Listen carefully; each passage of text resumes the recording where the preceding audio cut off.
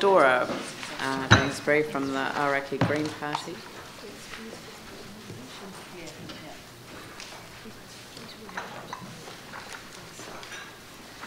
I'm just not taking things over time.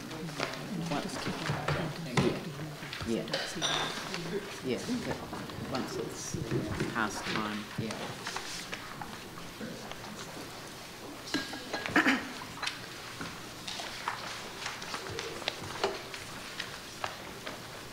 Good morning and welcome.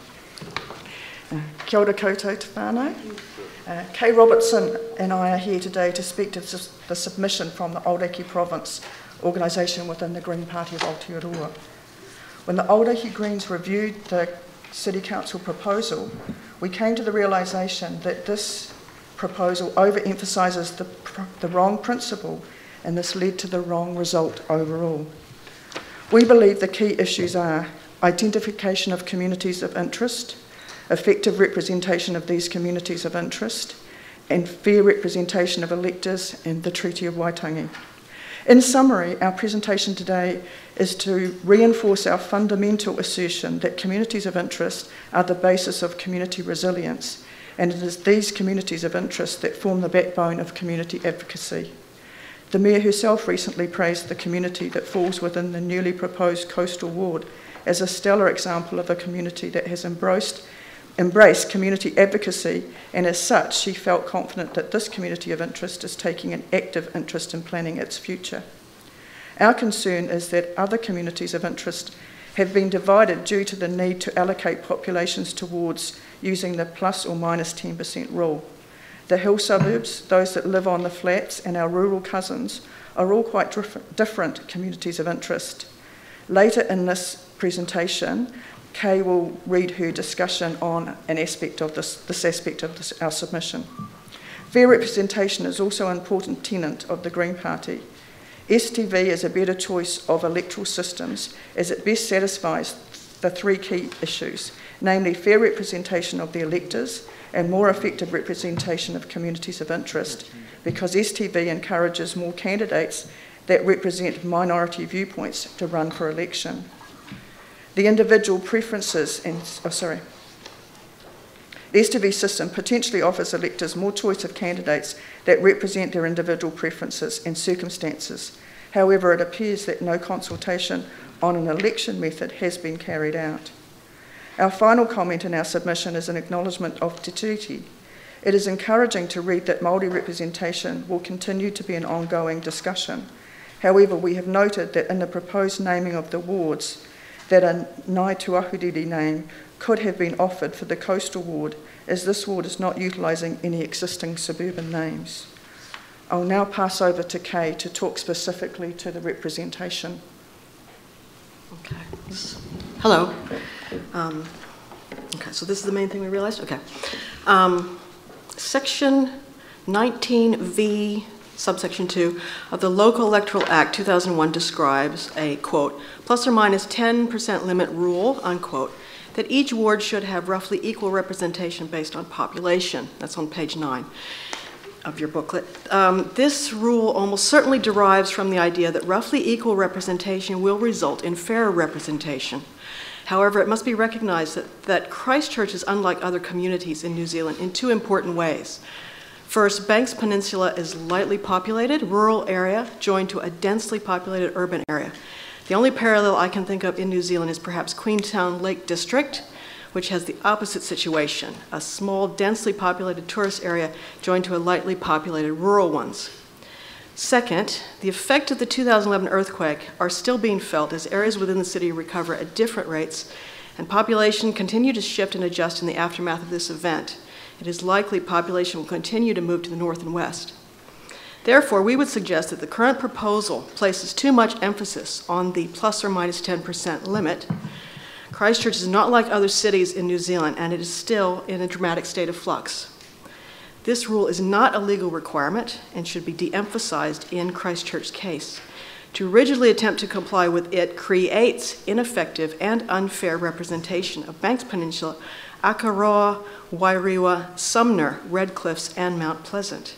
It does this in two ways. First, it creates one enormous ward, geographically more than double the size of the other 15 wards combined.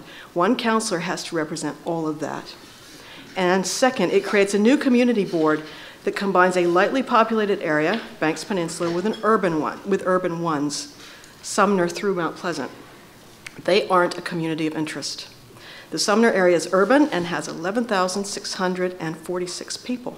It relates to the city, whilst Littleton plus Akaroa Wairua altogether has 8,223 people, and 5,271 of them are in Littleton, and that's from page 11 of your booklet. It appears that this is being done solely to satisfy the plus or minus 10% rule. If we acknowledge that Christchurch Banks Peninsula region doesn't fit the rule and dispense with it, then I think we get a fairer and simpler result. Namely, Banks Peninsula Ward and Community Board could retain their current boundaries, one councillor and 4 or 5 community board members. The urban area keeps the 7 community boards. Each board is divided in half to create 14 wards, each represented by one councillor. This proposal, 1, retains the current 8 community boards, which was supported by the majority feedback, retaining a similar number and distribution of community boards. That's on page 5.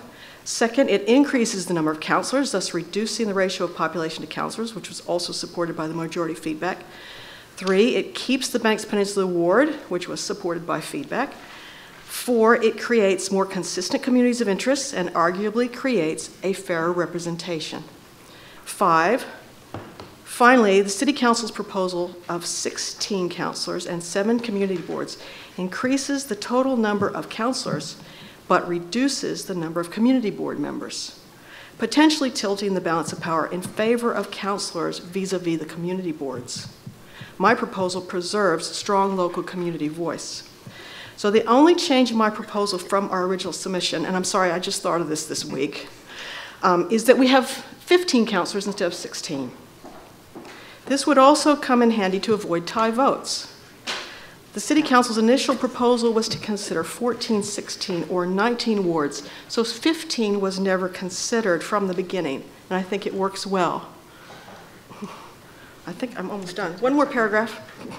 As for the rest, one point we wish to make is that Phillipstown and Woolston are being split the way the boundaries are currently being drawn. It seems to be yet another example of dividing the east and south of the city. They've already suffered a lot because of the closure of their school, and they are definitely communities of interest, so to split them between Woolston and Linwood, I think is what's happening. We would suggest that their boundaries should be reconsidered, Phillipstown and Woolston. But it seems yet another example, and I'm from Opawa, and so it seems to me that often the city, the southeast gets divided sort of along north-south lines or along roads, when in fact, I think it should be divided east and west, because this reflects the fact that the residential areas along the Heathcote River and Port Hills are quite different from the residential areas which are closer to the center city and interspersed with commercial and industrial areas. Western Kashmir has more in common with Westmoreland than Spraydon Barrington, and likewise, Huntsbury has more in common with Sumner than Woolston. I'm done, thank you. And I've never been here before, so please be gentle with me. No. Thank you very much. We're always gentle, and thank you very much, and thank you for going to the trouble of making a submission. I'll start with Glenn. Okay. Thank you, Morena. Just with that last comment over the possibility of having 15 councillors, the mayor is a vote as well, so if you were wanting to avoid the tie process, that would bring you to 16. So 16 would work, plus the mayor, 17 Well, votes. I'm proposing 15 plus the mayor would equal 16 then, wouldn't it? So it'd be a tied vote. Oh, there we have to icing. Unless you want to give me a casting vote, so. Okay. Well, I don't know whether it's me, it'll be someone else. Phil, Andrew. Look, thank you for your submission. Are you aware too, though, although and for clarifying the change from your original submission, which we had earlier, but are you aware that in proposing a completely different alternative from what we went out for consultation on, the different options, that 15 is a new number? In fact, I would understand that legally, as a council, we can't do. We haven't consulted at all on that. Okay. The other thing I just wanted to ask you about was your suggestion about including some Maori names and for the wards. And would you agree? Would you support the suggestion that, in fact, we have some Pākehā names, some English names coupled with Maori names? Yeah. For where we don't already have a Maori name for the ward, like Waimaori is well known. And that's what we've put in the paper, is initially just to consider the ones that don't already map to an existing name. So that's why we chose coastal, because that was a new creation. Therefore, there was an opportunity with that particular ward to go to Ngāi Tuatariri and get them to perhaps provide a name for that particular ward. Kia ora. Thank you. Andrew. Thank you. I'm particularly interested in your comments around community board representation on Banks Peninsula. Mm-hmm. 2/3 of the way down the page, you talk about retaining the 8 existing community boards. Mm-hmm. And of course, the peninsula currently has the Littleton Mount Herbert Community Board and the Akaro Wairewa Community Board. Mm-hmm. So the community board representation on the peninsula is by way of 2 boards. Mm-hmm. You then talk about, a little higher up the page, 1 councillor and a community board of 4 or 5 members for Banks Peninsula. So I'm just interested to tease out whether you feel that Banks Peninsula would be best represented at the community board level by 1 community board or by the existing 2. I think my main concern is on page 10. It's more that 1 councillor has to cover both of those community boards, is what your proposal is, as I understand it. And it seems to me that's too much for the single councillor to handle. They're going to have all of Banks Peninsula and then up through Sumner and Mount Pleasant now. Isn't that the proposal? So it's adding to that councillor's load. That's really what we're concerned about? Yeah, that was the fundamental issue that we were trying to address, was just acknowledgement of the load for that councillor. Tim? Thank you. Just a couple of quick ones. Where you've got in your last paragraph here, Western Kashmir is more in common with Westmoreland than Sprague and Barrington. If you turn that around, we heard from the previous speaker that Barrington is a key activity and that would be the hub for all of those. And so you could almost argue that they all have more in common with Barrington rather than with each other. Well, Mr. Alpers is from that area, so I'm willing to yield that he knows more about it than I do. Because in the other part there, with Huntsbury is more in common with Sumner than Woolston. And again, you know, in that area, I went to school in Woolston but lived in St Martin's, Huntsbury. So is that more economical or geographic? How does? I'm from that area, and it seems to me it's just like somebody mentioned Tennyson Street. Yep. Was it you? Yeah. And if you go 1 street south to Fisher Avenue and 1 street north to, Southward or something, I mean, the houses are double the price, 2 blocks over. So there's certain dividers where there's dramatic changes, and yet they're being lumped together as if they're community interest when they're actually quite different. Yeah. And it seems to me that these boundaries do that again, and it's the same way for the national elections. And again, what we're just trying to draw attention to is that we value communities of interest, and we think it's important to take that into consideration when we draw those boundaries. As we all do. As we all do. Yanni and then Jimmy. Thank you, and thank you for taking the time to make a submission.